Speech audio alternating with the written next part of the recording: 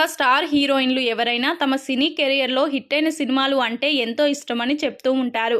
అయితే రష్మిక మాత్రం తన సినీ కెరియర్లో ఫ్లాప్గా నిలిచిన డియర్ కామ్రేడ్ సినిమా అంటే ఎంతో ఇష్టమని అభిప్రాయం వ్యక్తం చేస్తున్నారు. పుష్ప 2 సినిమాలో ఒకంత గ్లామరస్గా కనిపించనున్న ఈ బ్యూటీకి పాత్ర నిడివి కూడా ఎక్కువగానే ఉండనుందని సమాచారం అందుతుంది.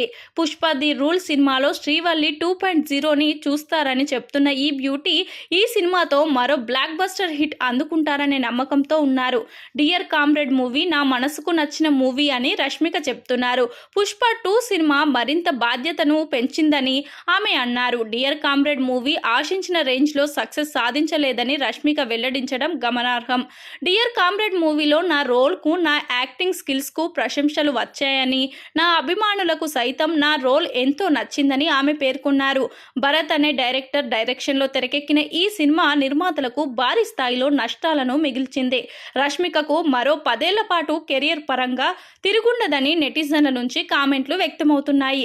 రెమ్యునరేషన్ పరంగా సైతం రష్మిక ఒకంత టాప్లో ఉన్నారనే సంగతి తెలిసిందే. రష్మిక రాబోయే రోజుల్లో కెరియర్ను ఏ విధంగా ప్లాన్ చేసుకుంటారో చూడాల్సి ఉంది.